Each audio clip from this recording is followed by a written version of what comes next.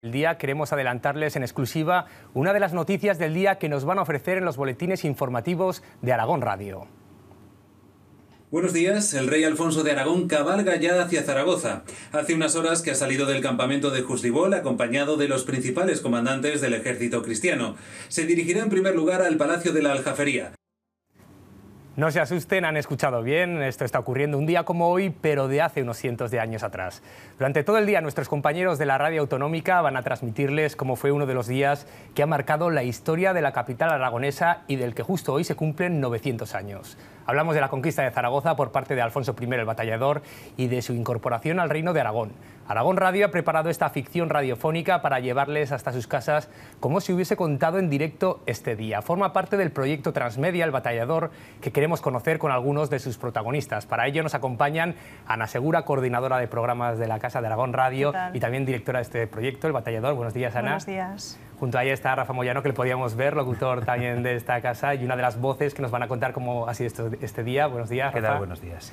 Y José Luis Corral, historiador, escritor y guionista de esta ficción radiofónica. Buenos días, José Luis. Hola, Quique, buenos días. En primer lugar, Ana, es un proyecto que veíamos la ficción radiofónica, pero es mucho más. Es un proyecto transmedia que tiene una web interactiva en el que vamos a conocer cómo fue ese día y qué ha significado también para Aragón. Claro, nosotros lo que queríamos era aprovechar un poco todas las posibilidades que nos dan las nuevas tecnologías para ofrecer una visión lo más amplia posible de lo que pudo haber sido ese día, tal día como hoy, hace 900 años. Entonces, son tres líneas distintas. Por un lado, tenemos la ficción sonora que iremos escuchando a lo largo de toda la jornada de hoy. Después de cada boletín horario se abrirá un segundo boletín donde echaremos la vista atrás 900 años y contaremos en riguroso directo, vamos a decirlo de esta forma, qué es lo que está ocurriendo en cada lugar donde tienen lugar los hechos. Por un lado, una web que estamos viendo ahora, que se abre con las imágenes de Juanfer Briones, el dibujante, y donde por un lado está una línea de tiempo donde los oyentes pueden escuchar toda esa historia completa, y por otro lado hay un mapa interactivo donde intentamos complementar esa actualidad, esa información con los documentos históricos, las imágenes de sus propios documentos y también algunas imágenes de los lugares donde ocurrieron los hechos. Hay una bibliografía complementaria para todos aquellos que quieran conocer más y también hay una serie de accesos a otras fuentes documentales para que pues la experiencia sea completa cuando uno quiera conocer más sobre lo que ocurrió en Zaragoza tal día como hoy hace 900 años. Porque seguramente parte de nuestra audiencia conozca que sucedió hace 900 años, en 1118, pero quizá desconocen lo que ha marcado esta conquista de Saracusta para el desarrollo también de Aragón. Claro, es que fue la fecha más importante de la historia de Zaragoza y, por tanto, una de las más importantes de la historia de Aragón. Supuso un cambio radical en la ciudad, una ciudad que en un día, mediante esas capitulaciones, mediante ese acuerdo de rendición de los musulmanes con los cristianos aragoneses, dejó de ser una ciudad islámica, lo había sido desde hacía mucho tiempo, desde hacía 400 años, y pasó a ser una ciudad cristiana. Fue un cambio urbanístico, fue un cambio político, fue un cambio trascendental, un cambio que ha marcado para siempre la historia de Aragón y la historia, por supuesto, de Zaragoza. Y yendo esos 900 años atrás, ¿cómo era esa Saracusta de 1118? Era una ciudad brillantísima, una de las ciudades más grandes, más importantes de Europa, una ciudad que probablemente tenía unos 30.000 habitantes, entre 25 y 30.000 habitantes, donde coexistían unos cristianos, un grupo de mozárabes cristianos, que vivían en un pequeño barrio en torno a lo que hoy es la Plaza del Pilar, la Basílica del Pilar. Había una judería importante en torno al Seminario de San Carlos y luego el resto de la ciudad estaba ocupada fundamentalmente por musulmanes que no habían venido de fuera, musulmanes que en muchas generaciones eran de aquí porque sus padres se habían islamizado, se habían hecho musulmanes. Una ciudad muy grande, una ciudad muy rica, una ciudad donde había una cultura extraordinaria, donde ya estaba construido el Palacio de la Aljafería, la sede de los reyes de aquella taifa, donde había astrónomos, poetas, musulmanes como Aben Pace, que era uno de los intelectuales más importantes del Islam, o judíos como Ibn Pacuda, que escribió un libro en Zaragoza, lo escribió en árabe, llamado El libro de los deberes de los corazones, que es uno de los 12 libros más importantes de la historia del pensamiento judío. Por tanto, una ciudad muy brillante, muy rica, pero que cambió para siempre con esta conquista cristiana de 1118. Y para los que os habéis puesto manos a la obra, coger esos micrófonos y poner voz a esta ficción, os habéis llevado también muchas sorpresas, no solo en nombres, que imagino que algunos habrán sido difíciles de pronunciar, pero también en cómo era, esos detalles de la ciudad. Sí, yo creo que nos hemos sorprendido sobre todo porque, claro, el contexto en el que se tiene que generar todo este ambiente, digámoslo así, es en una ciudad que ahora bueno, rebosa, ¿no? Ahora mismo, pues todo lo que era la parte histórica medieval es una parte de Zaragoza, no es todo Zaragoza como era entonces. Entonces, moverse por esos sitios es muy curioso, descubrir o imaginarte cómo eran las murallas completas, o imaginarte cómo era la Aljafería en su momento, que nada tiene que ver con lo que es la Aljafería hoy en día, que lo pudimos comprobar además ayer en la presentación, y sobre todo dejarte llevar y conocer a esos personajes. Ibn Pacuda o Aben Pace sí que a lo mejor nos suenan un poquito más porque los conocemos, pero la verdad es que José Luis nos ha abierto un mundo de gente precisamente tanto judía como musulmana que han formado parte de la historia de Aragón, porque no deja de ser la historia de Aragón, y que han tenido una relevancia fundamental. Y también no solo vamos a poder escuchar cómo fue ese día, sino que vamos a aprender, como estamos hablando, algunas curiosidades sobre cómo vivían en la época, cómo era la ciudad o qué comían por entonces. ¿Qué tenemos para comer? Pues mira, he preparado unos entrantes de rebanadas de pan frito en aceite de oliva, almojábanas, pastel de carne y tortas de harina con pescado frito. Oye, Daniel, ¿qué son eso de las almojábanas? ¿A que no las conoces? Pues mira, es una especialidad de nuestra cocina. Son pastelillos hechos con masa de harina y huevos rellenos de queso de cabra y fritos en aceite. Seguro que se han dado cuenta que era Daniel Iranzo, el chef de esta casa, de la Pera Limonera, porque ha habido bastantes colaboraciones, ¿verdad, Ana, para hacer esta ficción? Sí, bueno, la de Daniel Iranzo es una, lo que llamáis vosotros cameos, hay varias más, por ejemplo, hay otra de Pepín Banzo que hace de juglar del siglo XII, pero era interesante el vídeo que habéis puesto porque se oye a Vicente Payares, que ha sido la persona encargada de organizar toda la producción, y lo que es muy interesante es que cómo se ha hecho esta grabación, porque claro, hemos trabajado en planos de sonido, porque lo que queríamos era que los oyentes tuvieran esa sensación de estar en el lugar donde ocurrían los hechos. Entonces, a toda esta grabación que estamos viendo, bueno, pues hay detrás un trabajo de postproducción de Aitor Artigot y de Carlos Oyarzábal impresionante, donde, pues, por ejemplo, pueden escuchar las campanas que suenan a lo lejos, se oye el sonido del campamento medieval, pero al mismo tiempo se está oyendo cómo crepitan los fogones en la misma cocina donde está Daniel Iranzo. Nosotros recomendamos a los oyentes que cuando lo escuchen intenten abstraerse y sobre todo intentar volver a 900 años atrás y jugar con los sonidos. Hablábamos de la importancia que tenía la ciudad por aquel entonces y también a partir de ahí marcó la diversidad que podemos observar tanto en monumentos como la Aljafería, también en las gentes, en igual algunos elementos de la gastronomía que han quedado aquí en Zaragoza. Sí, la ciudad cambió sustancialmente, pero Alfonso Batallador, siendo un rey guerrero, siendo miembro de una dinastía de reyes que estaban pues muy obsesionados con la guerra y con la conquista, permitió, fue magnánimo en ese sentido, permitió que siguiera habiendo musulmanes y que siguieran rezando a su Dios en la ciudad de Zaragoza. Eso sí, en otro barrio, en el barrio de la Morería, pero durante mucho tiempo en la Edad Media siguió habiendo cristianos, musulmanes y judíos en esa Zaragoza. Una Zaragoza que cambió, se transformó la mezquita, la gran mezquita que estaba donde hoy está la Catedral del Aseo, en la Catedral del Aseo.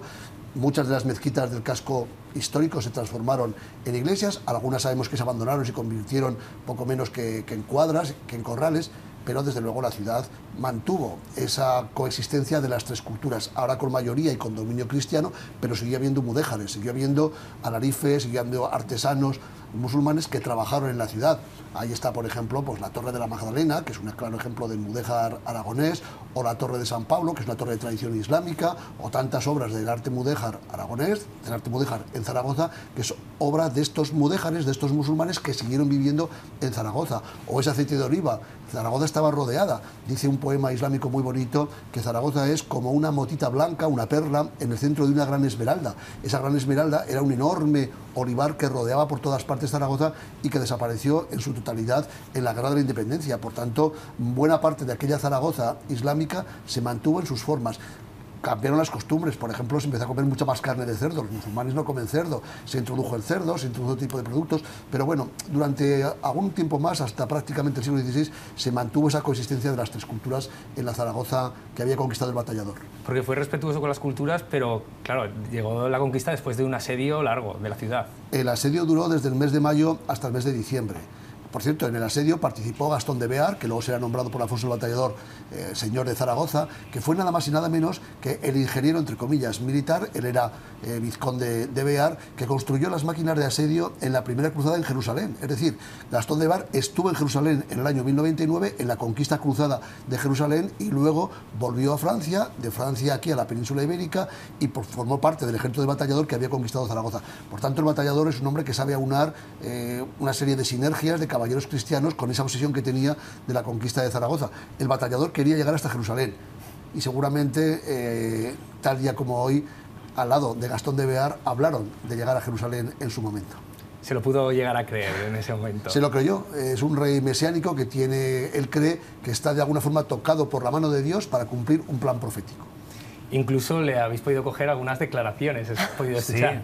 Sí, es una ventaja que tiene la radio, además, que a través del sonido, en este caso, hemos podido contactar con él, hemos viajado en el tiempo y además con unas declaraciones muy ad hoc a lo que estaba sucediendo en su momento, ¿no? Es un gusto, además, que sean declaraciones que el propio batallador tenía nada más y nada menos que como escriba José Luis Corral, con lo cual era todavía mucho mejor. La verdad es que es increíble y además el formato en lo que hemos grabado, esa conversación, esas conexiones, también estamos describiendo también todo el entorno de Zaragoza, es absolutamente fantástico el haber tenido la oportunidad de hacerlo, ¿no? Y además que la audiencia suele recoger bastante bien este tipo de ficciones por el gusto que hay por la novela histórica, por ejemplo, ahora, y que se traslada también a la radio, por supuesto. Sí, y en este caso yo creo que hemos hecho el formato adecuado para eso, porque lo hemos hecho como con episodios, ¿no? El formato de la radio, de los boletines informativos horarios, nos ha permitido distribuirlo a lo largo de toda la jornada y realmente hemos convertido algo concreto en algo que se distribuye a lo largo de todo el día. Y además, a través de esa web, ese proyecto Transmedia que mencionábamos anteriormente, es algo que va a quedar también para los restos. Es decir, que la gente que a lo mejor hoy se ha perdido parte de esa historia la va a poder recuperar después y que va a descubrir de nuevo lo que sucedió hace 900 años en Zaragoza. Y no solo hoy, porque creo que después también durante las Navidades se van a recuperar algunos de estos episodios. Sí, porque piensa que además de la ficción sonora que hoy vamos a emitir, esta ficción va a estar acompañada por la intervención de una serie de expertos a lo largo de toda la jornada que nos van a dar distintos puntos de vista. Pues, por ejemplo, la estrategia militar de la época, cuál era la alimentación también en la época. Iremos contando distintos puntos de vista de lo que era Zaragoza y lo que era Aragón en aquel momento. Y con todo ello lo que haremos será un programa especial de en torno a hora y media de duración que se emitirá el día de Navidad para todos aquellos que quieran escuchar la historia completa y seguida. Porque estamos hablando, hoy se conquista Zaragoza, pero no solo Zaragoza, también se cede en otras localidades. Sí, se entregó junto con Zaragoza un amplio territorio de aproximadamente unos 50 kilómetros alrededor de Zaragoza, desde las tierras de Zuera hasta el campo de Cariñena y desde las tierras de Mayén, de Pedrola, de Alagón, hasta la zona casi ya del Bajo Aragón, de Pina de Ebro, Fuentes. Fue un territorio que se entregó con Zaragoza.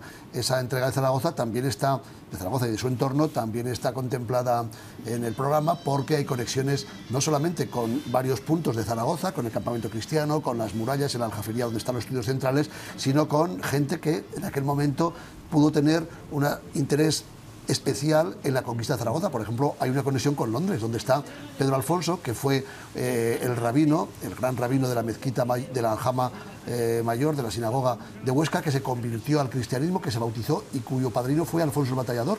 Este médico, Pedro Alfonso, autor de un libro imprescindible, Disciplina Clericalis, fue médico de Enrique I de Inglaterra y estaba entonces en Londres. Hay una conexión con Londres, hay una conexión con... La mujer tiene mucha importancia en esta historia también, hay una conexión con León, donde está Urraca de Castilla, que había sido la reina de León, que había sido la esposa del batallador durante 5 años, luego el matrimonio se anuló y que da su versión de lo que su exmarido pues, está haciendo en los momentos en Zaragoza. Por tanto, hay conexiones no solamente con el entorno de Zaragoza. Hay un campesino de Belchite que está recibiendo la noticia de la conquista de Zaragoza y que él sabe que sus tierras las va a perder por los cristianos. Bueno, el entorno de Zaragoza tiene también mucha importancia, e insisto, fuera incluso a nivel internacional, Aragón Radio llegó en 1118 a conectar con varios puntos. Tenía corresponsales en Londres, en León y en otros lugares. Y hablando de esa personalidad de Alfonso I el Batallador, hablábamos de que era mesiánico, que quería conquistar todo lo que estuviera en sus manos, pero ¿qué más detalles? Porque claro, simplemente también lo que comentabas antes, el hecho de dejar convivir esas culturas también dice mucho de él.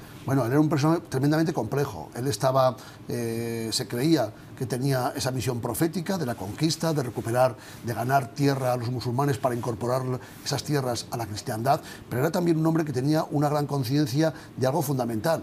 Él sabía que con un ejército se podía conquistar el territorio, que con un ejército de aragoneses, de castellanos, él fue rey de Castilla y rey de Pamplona, de navarros, de mucha ayuda de los nobles vasallos del sur de Francia, podía conquistar Zaragoza, podía conquistar Daroca, Calatayud, llegar incluso hasta Valencia, pero tenía muy claro que para mantener el territorio tenía que dar una serie de privilegios, una serie de derechos que en aquel tiempo eran extraordinarios. El fuero de Daroca o el fuero de Calatayud que otorga el batallador, el fuero de Soria. Soria es una fundación, Soria no existía antes del batallador. El fuero de Soria, dicen estos fueros, tengan los mismos derechos cristianos, musulmanes y judíos. Esto dicho ahora suena normal, pero dicho en el siglo XII, era una auténtica revolución. El batallador era un señor feudal, era un noble, miembro de una dinastía de reyes, de guerreros, pero también supo legislar. Por cierto, aplicó legislaciones a estos territorios del sur de Aragón, sobre todo de la Extremadura aragonesa, que hoy en día podríamos recuperar salvando lo que haya que salvar y cambiando las cosas. En este Aragón, en esta España tan despoblada en el interior, Alfonso el Batallador aplicó criterios modernísimos para la época, incluso para hoy. Declaró en estos fueros que la gente que acudiera a poblar territorios de frontera, peligrosos, difíciles, serían libres e ingenuos, es decir, tendrían libertades desconocidas en el mundo feudal y no pagarían impuestos. Pues a lo mejor son medidas que habrá que retomar en estos días para que nuestra España, nuestro sistema ibérico, nuestros Pirineos no se despueblen. Que la gente que viva allí viva con los privilegios que dio el batallador para que la gente acudiera a poblar un territorio difícil y complicado. Hoy en día es un territorio vacío y complicado. Pues a lo mejor nos tenemos que fijar nosotros y sobre todo la gente que gobierna en el pasado, que miren hacia el pasado para aprender lo que se hizo en ese momento y aplicar con medidas modernas, modernizadas, actuales, sistemas de gobierno que a lo mejor funcionarían. O sea, un espíritu no solo batallador, como dice su apodo, o conquistador, sino también unificador, quizá el primero que hubo en España. Bueno, es que se casó con Urraca de León. En 1109 se casaron en Muño, un pequeño castillo a 5 kilómetros de Burgos, de la ciudad de Burgos, y por primera vez se unieron dinásticamente Aragón, Pamplona, León y Castilla. El matrimonio acabó muy mal. Alfonso Batallador era homosexual, no tuvieron hijos, se separó el matrimonio, se anuló el matrimonio, eran primos segundos, pero ese matrimonio, si se hubiera consolidado con un vástago varón, con un niño, la historia de España hubiera cambiado probablemente muchísimo. De eso tenemos que aprender. Bueno, y para conocer todos estos detalles vamos a recordar cuándo se va a poder escuchar, dónde lo vamos a poder ver, Ana. Pues ya mismo, a las 10:05 es el primer boletín horario, que transcurre 900 años atrás. La web ya está operativa, es elbatallador.aragonradio.es, ya pueden entrar todos los que quieran. Ahí tienen la historia completa, si la quieren escuchar, en el apartado de la historia. Tienen también el mapa interactivo para poder pasear por él. Hay una galería de personajes históricos donde aparecen las imágenes que tenemos más o menos originales de los protagonistas históricos de la época, y también hay un apartado de bibliografía para el que quiera ampliar la información. La web ya está operativa, elbatallador.aragonradio.es, y a partir de ya mismo, a partir de las 10:05, comienza a sonar esta historia en Aragón Radio. Bueno, pues ya saben, todos los que quieran escuchar y aprender más detalles de esta interesante historia, ya saben dónde acudir. Muchas gracias por acompañarnos. A vosotros. Ana Segura, directora de este proyecto, Rafa Moyano, una de las voces que vamos a poder escuchar durante todo el día de hoy. Gracias. Y José Luis Corral, historiador, escritor y guionista de esta ficción sonora. Gracias. Gracias, León.